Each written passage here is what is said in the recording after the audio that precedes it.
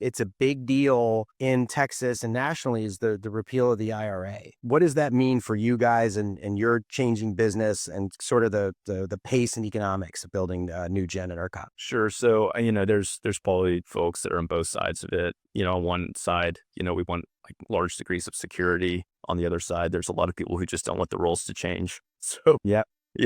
I understand both sides of people who want it and don't want it. I'm really glad that I get to be in the position of someone who gets to respond rather than having to make the decision on the legislation. So I get to, Monday morning quarterback over here. But, I think that ultimately what happens is it levels the playing field.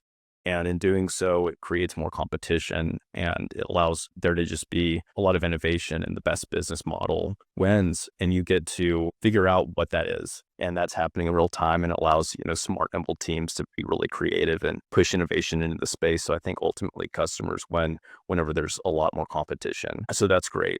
I think that, in doing so, we like to be highly competitive ourselves. And, the best way you can do that, serving power, is you can either figure out ways to make more money or you can figure out ways to save money.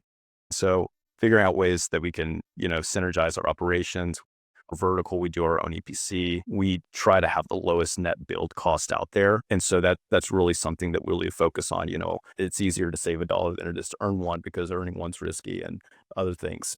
So you see one of the main things about the repeal of the IRA being sort of driving efficiency. Driving efficiency, but that's on one side. Efficiency is on one side of it. Or cost savings is on one side of it. Another thing is, we really focus on the DG level. So we're deploying 9.9 megawatt assets. And, would I rather have a 100 megawatt or 200 megawatt asset, or 10 megawatts, or 20 10 megawatts? I think I would take 7 10 megawatt sites over one, just because you get diversification of risk and the portfolio effect. But with that being said, we're more so looking at this 9.9 megawatts of interconnection capacity as a resource.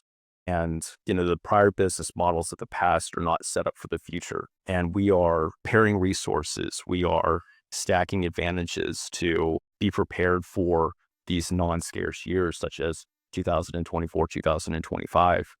We're really focusing on the intrinsic value of the assets that we're building. And if they're not underwritable from an intrinsic view, it's not something that we're interested in. So we're really trying to create more value and being more innovative in our own deployments in order to survive those years. And we somehow entered the data center space. We really couldn't help ourselves. We came by it honestly, came across a site that has literally everything you need: 138, 345 kV lines, plus 3 natural gas pipelines, 20 minutes from a major metro area with a lot of acreage, right? It's, something that we were like, hey, we've got to get involved with this. And even with everything on site, the data center world, it's complex. It's a very complex animal. Having to bring all the power behind the meter and the complexities of SB6 and how the TSPs are viewing load versus the cogeneration, it's creating a scenario where you're having to paint this power story, and these systems are complex, especially getting them online. And, so I think that, like, I may have a view of ERCOT where, maybe